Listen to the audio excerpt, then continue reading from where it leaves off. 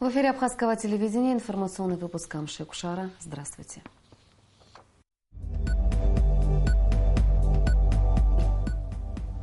Сегодня в выпуске откровенный разговор с сельчанами. Рауль Хаджимба совершил рабочую поездку в Гудаутский район. Как организован процесс паспортизации? Специальный репортаж программы. К 115-летию ученого в Сухуми прошли мероприятия памяти Омара Бейгуа. Президент Рауль Хаджимба совершил рабочую поездку в Гудаутский район. Во время встреч с сельчанами состоялся откровенный разговор с главой государства. Подробности в репортаже Елены Лолуа. Арсаул – первое село, которое посетил президент Рауль Хаджимба. На встрече с его жителями он просил задавать в том числе и неудобные вопросы. В этом населенном пункте такие же проблемы, как и везде. Сельчане сетовали на отсутствие стабильного водоснабжения, на состояние проселочных дорог, на плохое электроснабжение. Глава сельской администрации Анзор Саканя рассказал о том, что в прошлом году был проведен ремонт некоторых сельских дорог. Построен новый мост, приобретен насос для системы водоснабжения, установлен новый трансформатор. Мы обращались к генеральному директору Черноморэнерго. Он помог нам, в решении вот этих вот вопросов, касающихся электроснабжения нашего села. В частности, был поставлен дополнительно мощный трансформатор в районе 6-й бригады мощностью 400 кВт. Там была очень большая нагрузка на тот трансформатор, который был там. Жители села Арсаул попросили президента профинансировать строительство спортивной площадки, отремонтировать фасад средней школы и, самое важное, вернуть прежнее название села – Приморское. Выступившие привели историческую справку и сообщили, что в поддержку переименования села собрано 700 подписей жителей. О том, что село наше переименовано, мы узнали буквально несколько лет назад, можно сказать, даже 2 года. До этого мы называли село Приморское. Все официальные документы, включая аттестаты школьные и те документы, которые издаются населению, все были под названием село Приморское. Когда мы уже узнали об этом, жители возмутились, собрали подписи и обратились в районное собрание Гудаутского района, но там, собственно говоря, наше мнение никто не учитывал, нас не выслушали. И потом уже наши представители ездили вместе с нашим депутатом Дмитрием Бульба в Сухум, лично обращались к Варче, Василию Авицба, и там им было категорично отказано. Мы будем ставить этот вопрос. Это не только вопрос депутатов. И я думаю, что если президент поддержит эту ситуацию, то задача вполне решаемая. Проблемы сел Абхазии схожи, сказал президент, и пообещал, что государство будет решать их поэтапно. Руководству спасибо говорить не нужно. Это их обязанность. Деньги, которые приходят в бюджет страны, приходят и из России, они не маленькие деньги. И деньги, которые вы своим трудом вносите в бюджет Абхазии, должны возвращаться также в помощь всех этих наших сел, городов, районов.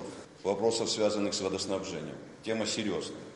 И эта тема не только вашего села и многих других сел Абхазии. И эта проблема должна сниматься. Что касается здесь энергетики, вам говорили уже, что эти работы будут продолжены, и никто не собирается их сворачивать. Житель села Эдуард Смыр уверен, что все проблемы преодолимы при условии, если народ будет объединен. Тема предстоящего референдума была затронута главой государства. Рауль Хаджимба сказал, что власть не собирается чинить препятствия тем, кто захочет принять участие в плебисците. Все те разговоры, которые я слышу от оппозиции, что кто-то кого-то запугивает.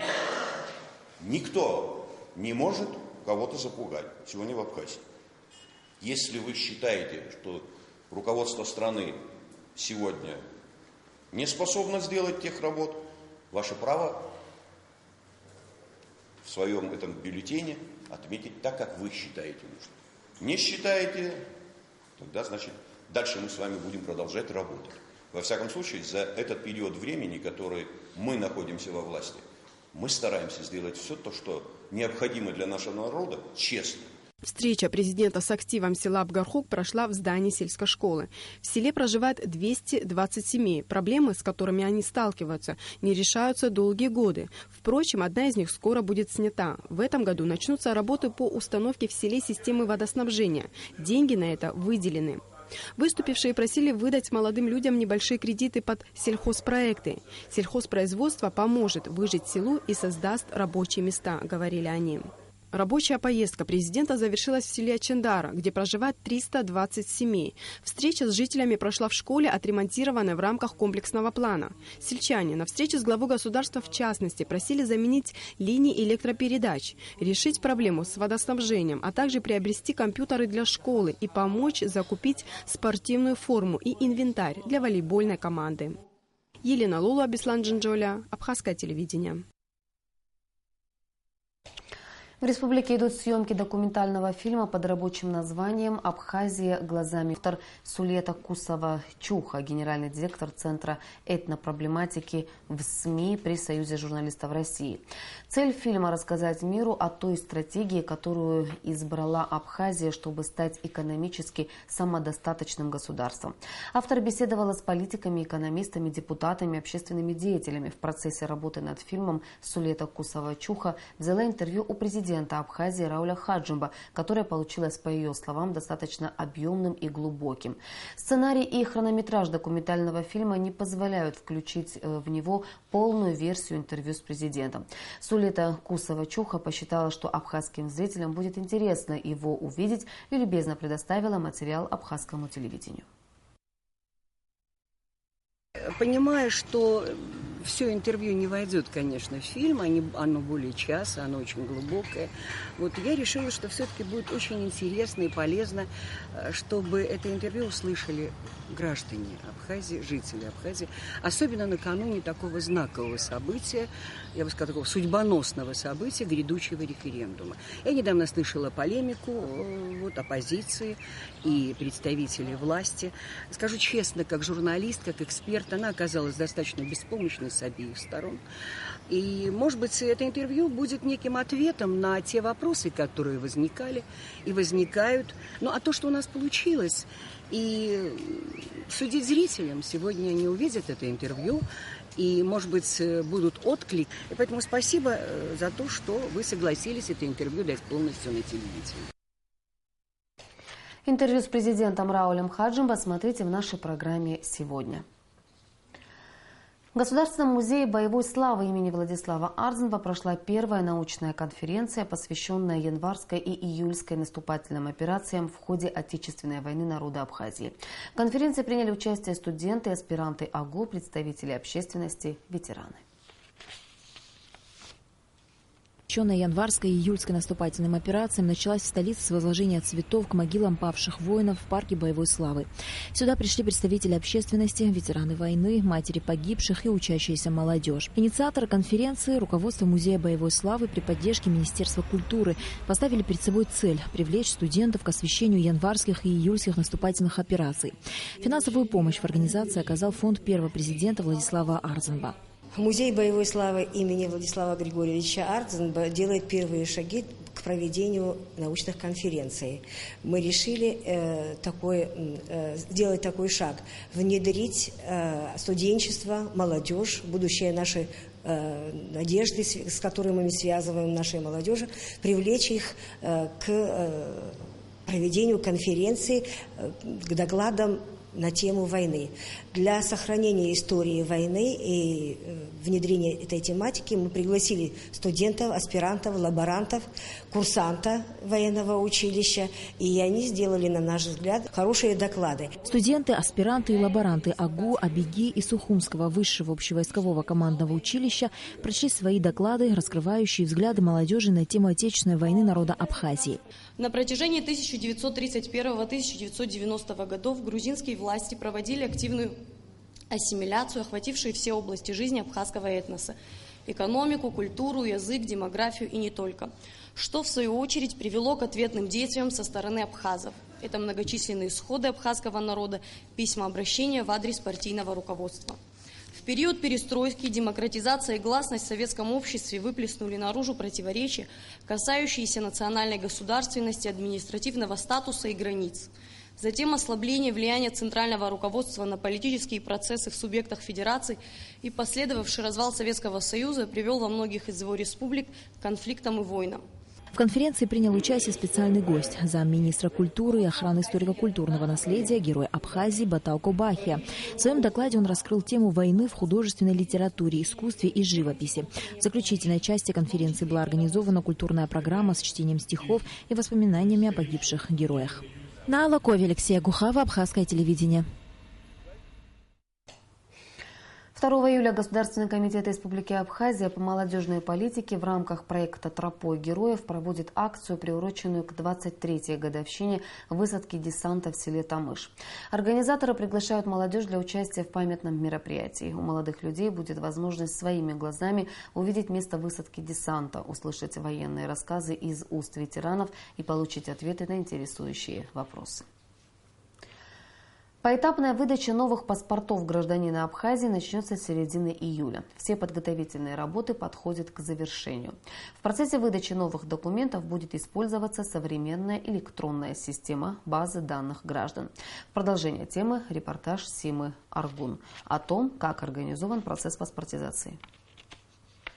К выдаче первых общегражданских паспортов в Абхазии приступили в 2005 году. С того времени их получили около 200 тысяч человек. Необходимость их замены была вызвана тем, что весной 2014 года парламентская комиссия выявила многочисленные факты выдачи национальных паспортов в нарушение закона о гражданстве. Ситуация в республике осложнилась из-за того, что абхазские паспорта получали и те жители Абхазии, которые не являются гражданами республики. Речь идет о жителях приграничного с Грузией Галского района и соседних с ним Ткварчалского и Ачамчирского районов, которые, не отказавшись от гражданства Грузии, получили гражданство Абхазии.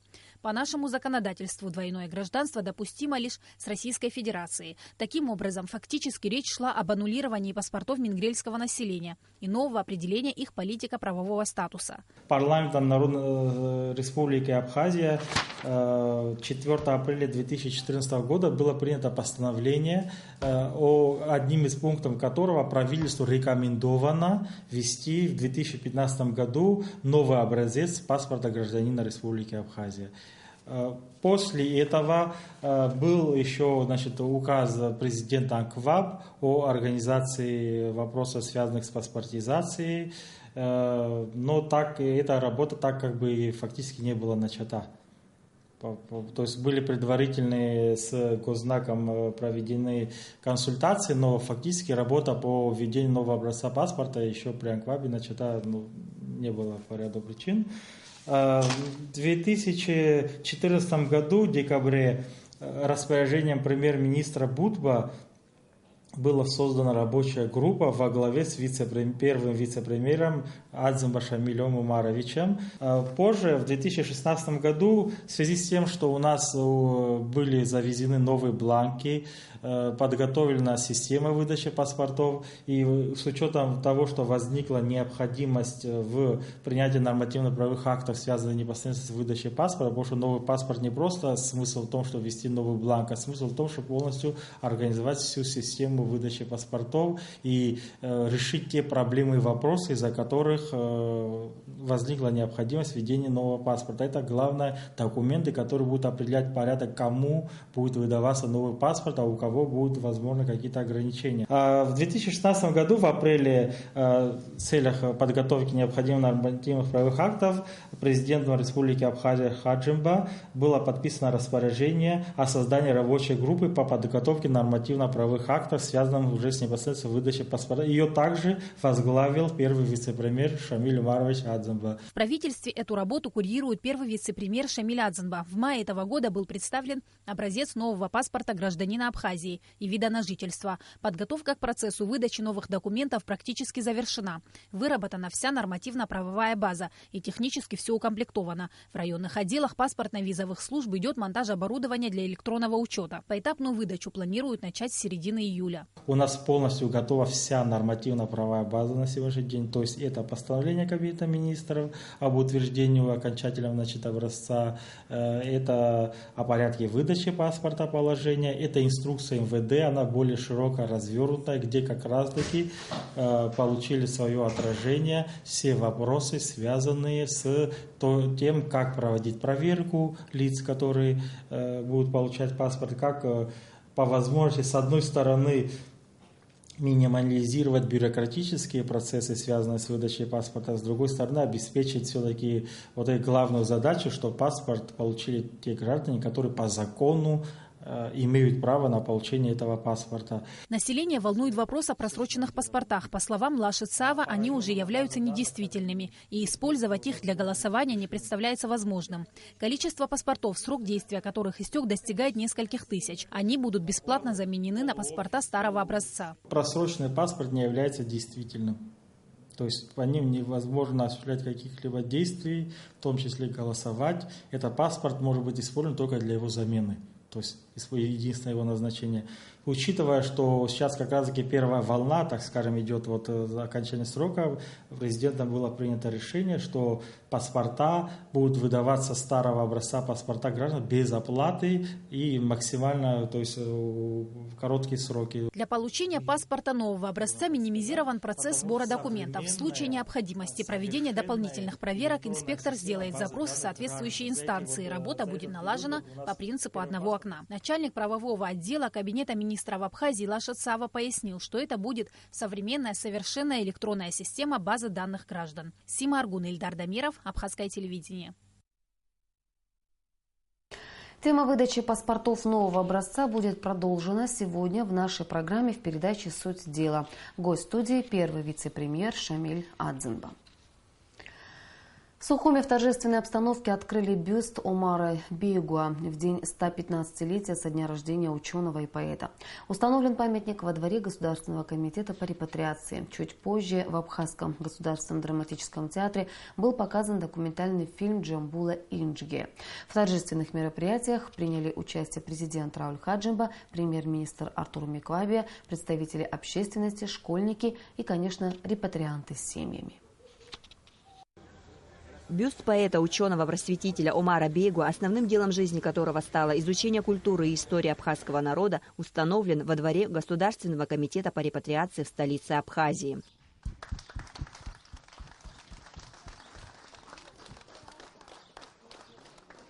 Бронзовый бюст, изготовленный в Турции, 4 года назад прислал сын Омара Бейгуа Шансал. По словам Вадима Харази, перед зданием Госкомитета по репатриации планируется заложить аллею памятников видных лидеров кавказской эмиграции. Распоряжением президента, указом президента создана правительственная комиссия по увековечению памяти Омара Бейгуа.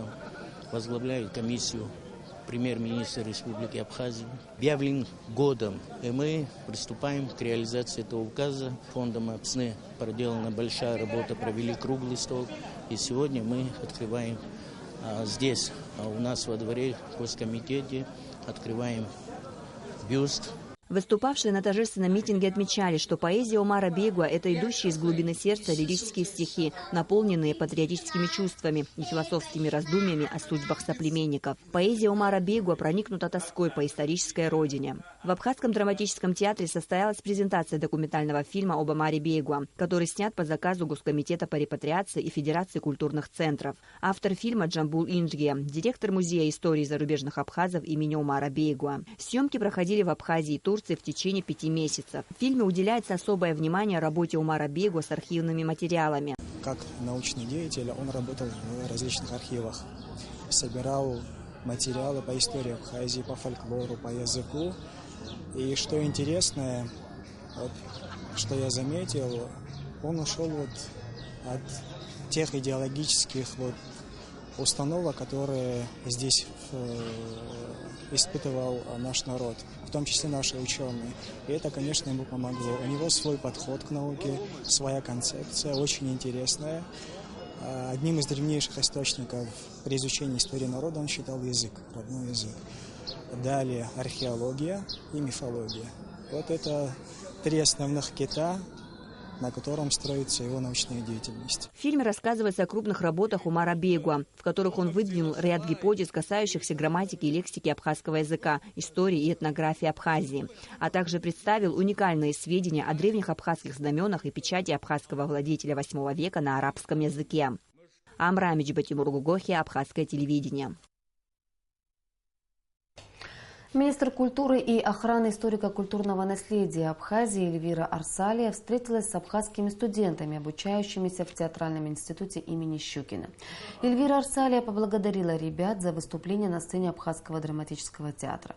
Министр отметила, что они должны получить максимум знаний, чтобы вернуться в Абхазию профессиональными актерами. Художественный руководитель Абхазской студии института имени Щукина Елена Одинцова рассказала, как проходит обучение и о том, с какой программой они приехали в Абхазию. Привезли в класс-концерте примеры наблюдений за людьми, за животными. Они очень пользуются большой популярностью у нас. Ежегодно театральный институт на большой сцене Вахтанговского театра играет огромный спектакль, который называется «Учимся быть артистами». Он состоит весь целиком и полностью вот из таких вот номеров. И наши студенты, хочу с гордостью отметить, принимали участие в этом году в этом концерте и на отборе, и на самом концерте выступали со своими лучшими наблюдениями. Я очень надеюсь, что и в следующем году нас возьмут и будут пользоваться нашими наблюдениями и включать в концерт. Вот такие наблюдения за животными, за людьми, лучшие вокальные номера, танцевальные номера мы привезли в класс-концерте. Вторая программа состоит из отрывков по мастерству актера. Это обязательная программа студента. Во второй год обучения студент получает свой первый отрывок с педагогом индивидуальным. На курсе поработала вообще в общей сложности за эти 2 года со студентами более 16 человек педагогов.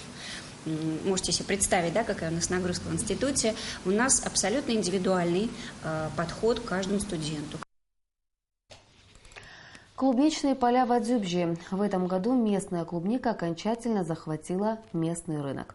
Во всех районах Абхазии сегодня выращивают клубнику, как в теплицах, так и на открытом грунте. Работа, конечно, тяжелая, но уж очень вкусная. Рената Шакая продолжит тему. Клубничный сезон в разгаре, во всяком случае местный. Долгое время считалось, что выращивать клубнику в больших количествах в Абхазии невыгодно, да и невозможно. Но клубничные плантации в селе Адзюбже опровергают это утверждение. Чтобы убедиться в этом, достаточно выйти на рынок и увидеть изобилие сладкой ягоды, которую продавцы предлагают килограммами. На рынке любого города страны обязательно встретится клубника адзюбжинская.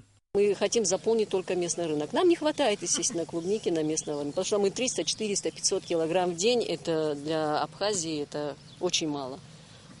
Но это первый только вот как бы процесс. Через где-то 2-3 недели у нас пойдет уже большой объем. И вот там мы планируем до сентября урожай у нас будет. Название клубники пилотного проекта землянично-клубничных полей не разглашается, так как именно этот сорт клубники принял климатические условия Абхазии, а конкретно почву в селе Адзюбже. Ягодный рай в 10 гектаров. Весь этот сезон до осени будет работать только на местный рынок. Более 5 лет экспериментировали насчет этой клубники. Она подойдет вообще к нашим климатическим условиям или не подойдет. И мы пробовали один сорт, другой сорт, третий сорт. Поставили вон там парник. И вот, наконец-то, нашли тот сорт, который благоприятен, подходит к нашим климатическим условиям. Чтобы пойти по ягоды, придется встать пораньше, говорят работники клубничной плантации. Дело в том, что ягода созревает ночью. И если ее не собрать с утра, она просто испортится. Для тех, кто захочет полакомиться клубникой, скоро появится такая возможность. Холодильники со свежими ягодами будут привозить на рынок Агудзеры. И каждый желающий сможет приобрести сладкий продукт. Рената Шакая, Беслан Джинджолия, Абхазское телевидение. И о погоде.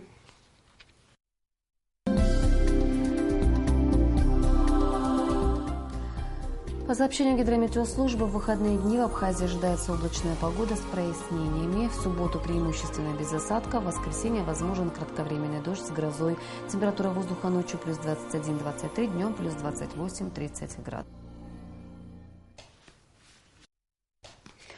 Информационный выпуск завершен. Я прощаюсь с вами. До встречи в эфире.